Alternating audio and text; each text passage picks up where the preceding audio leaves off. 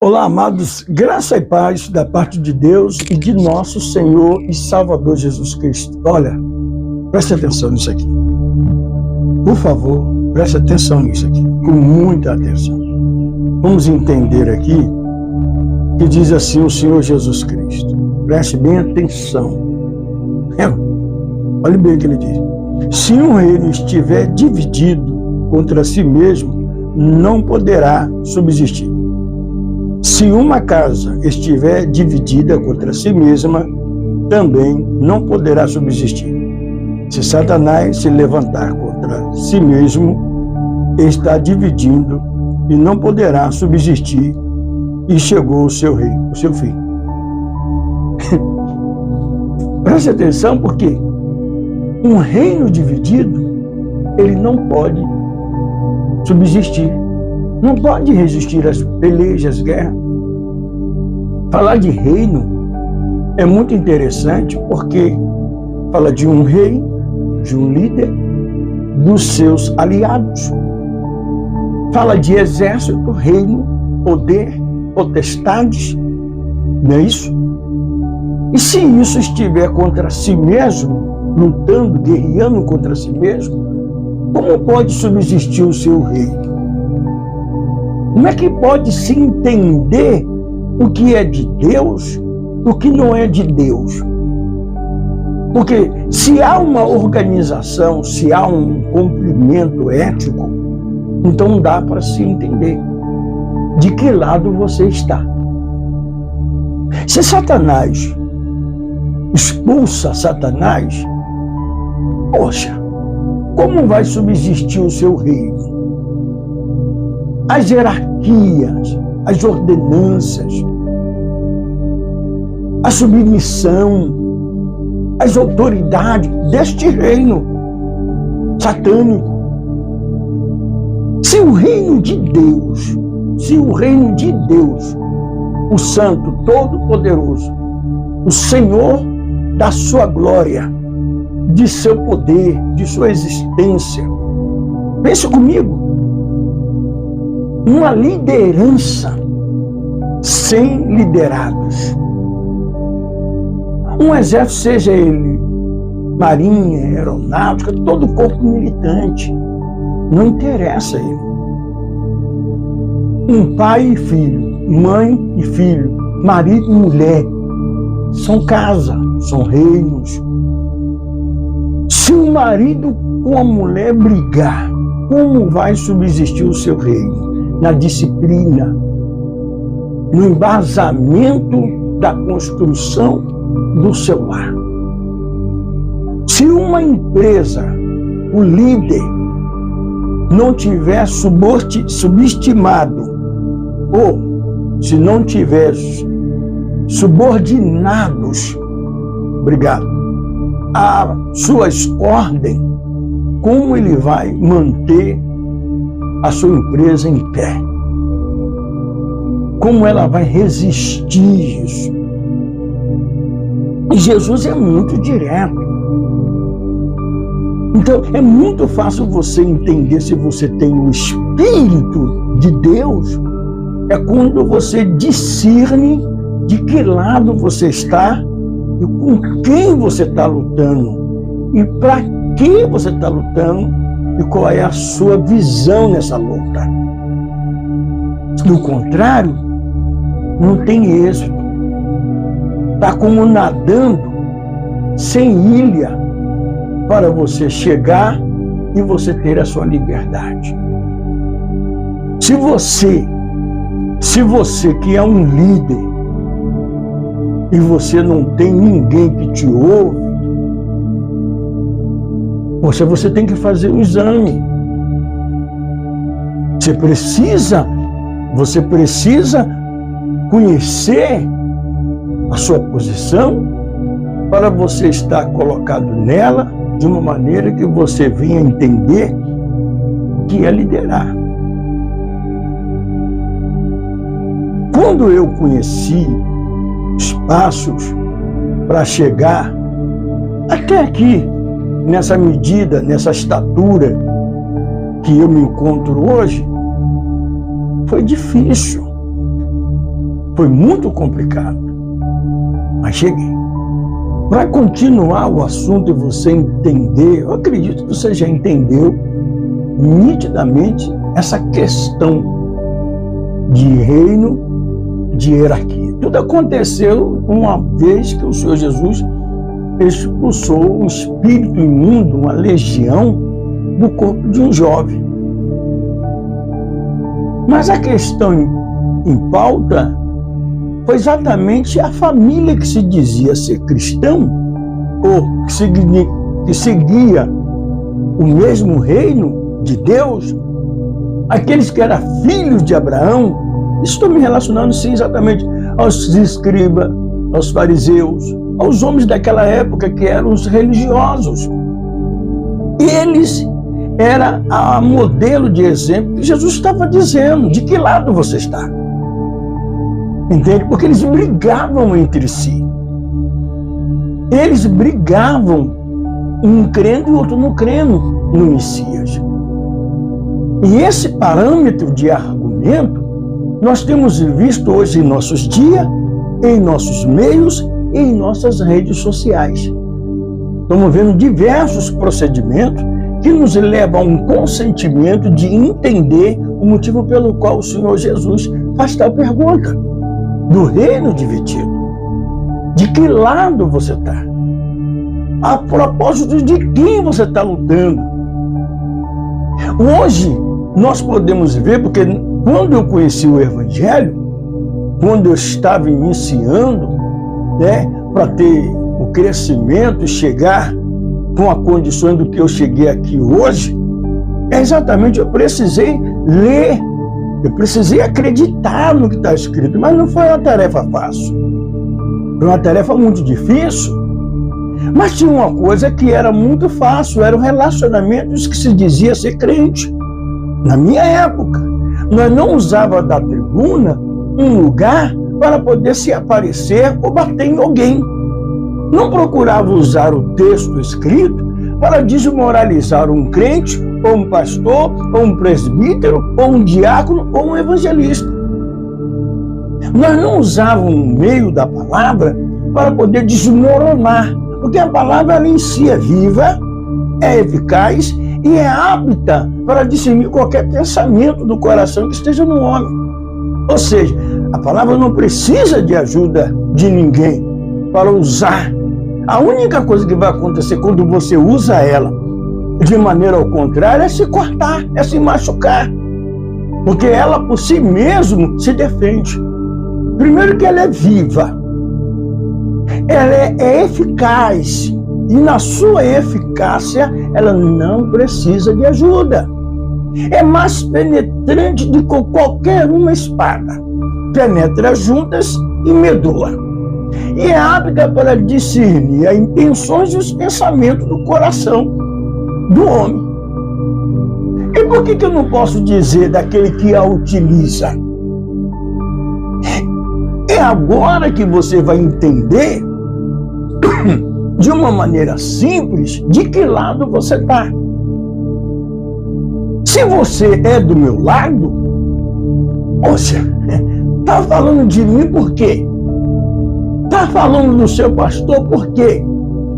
Está falando do seu ministério por quê? Ah, mas se você já esteve aqui, agora você saiu daqui, agora você vai mostrar que é melhor do que estava aqui, pô, vai ser legal. Você vai arrumar uma faculdade, vai se formar e agora você vai ter nós como seu adversário. É verdade? É verdade isso. Venha comigo e reflita um pouquinho que antes de você conhecer aquela serpentezinha, a mais astuta, mais sagaz de todos os animais que Deus criou. É verdade. A serpente, segundo a gente pode ler, estou falando da serpente. Eu não estou falando do diabo, estou falando da serpente, o animal criado. Veja o texto e entenda. Antes dele chegar com a sua sagacidade e astúcia, veja o que aconteceu primeiro. Daí depois você me conta tudo. Para nós concluirmos é muito fácil você entender que nesse perfil não existe nada de dar. É simplesmente fato de reconhecer. O que eu estou dizendo com isso? Deixa eu te mostrar. Vai ficar mais fácil para você quando a gente chega na Epístola de Paulo, onde ele fala acerca das autoridades, né? E nesse ponto de vista que ele chega com a sua carta com muita ênfase e com muita propriedade, deixando você entender a realidade desse fato. Por isso, eu vou chamar a sua atenção e você vai perceber direto, de mão ativa, o que eu estou falando nesse ponto de vista. Observa. Ora, eu quero que dizer que preste bem atenção para você entender. Ora, o que quer dizer subiu, sendo que antes tinha descido, ou mais profundo da terra? Esse mesmo que desceu é o que subiu, também o mais alto do céu, para encher o universo com a sua presença. Veja bem, foi ele que constituiu uns como apóstolo, outros como profetas, outros como evangelistas, outros como pastores e mestres. Essa classificação que Paulo apresenta não é uma classificação aceita por você e nem por mim. Nós questionamos sobre isso, porque a classificação, até os ministérios atuais, não querem de maneira nenhuma receber alguém graduado ou classificado com essa bagagem. Entendeu? Presta atenção. Olha o que disse e olha como é interpretado. Não sei se você está lendo do mesmo jeito. Efésios capítulo 4, verso de número 9 ao 13. Quando você chega no verso de número 16, você vai entender a habilitação deles para a sua missão. Você vai entender que esses homens, essa credencial trazida por ele, é uma credencial que te dá entendimento. Mas seria isso uma autoridade? Seria esses homens uma autoridade digna de reconhecimento? Eu habito em um bairro onde eu ouço muito uma frase bonita que se diz: dê honra a quem tem honra. Mas eu desminto isso pela credibilidade do que encontra aqui escrito. Eu discordo com essas expressões pelo fato do que aqui está escrito.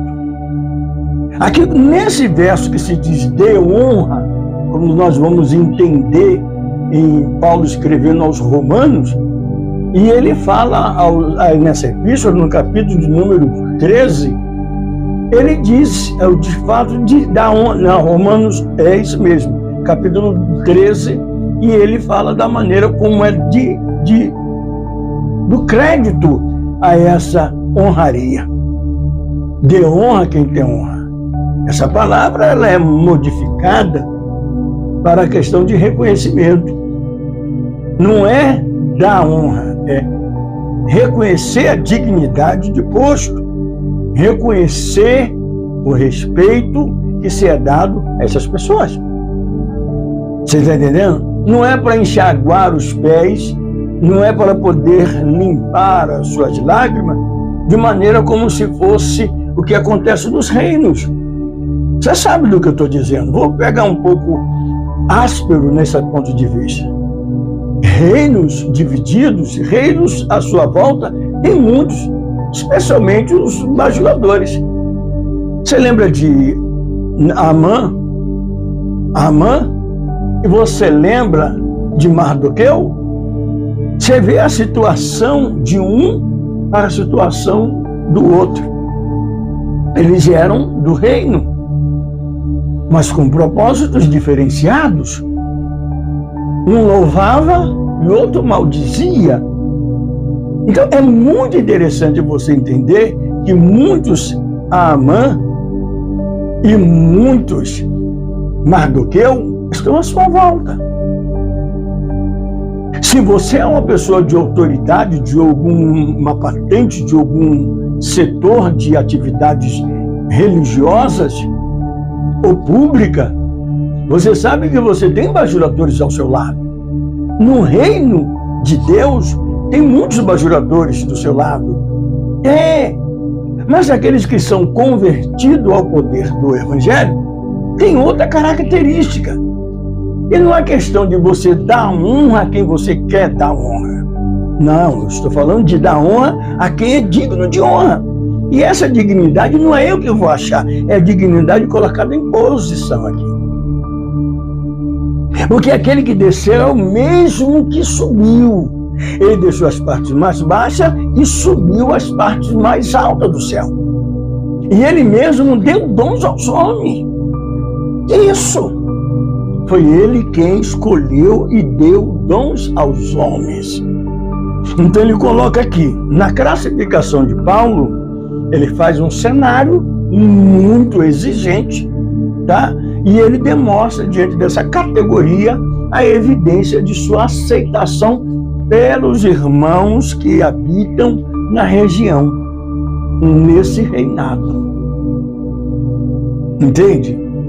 Efésios, uma carta escrita também em Apocalipse, a qual é reconhecido pelo próprio Deus, é que Jesus Cristo, quando chega na visão de ao apóstolo João na ilha de Patmos, ele revela e ele começa a chamar a atenção das 7 igrejas.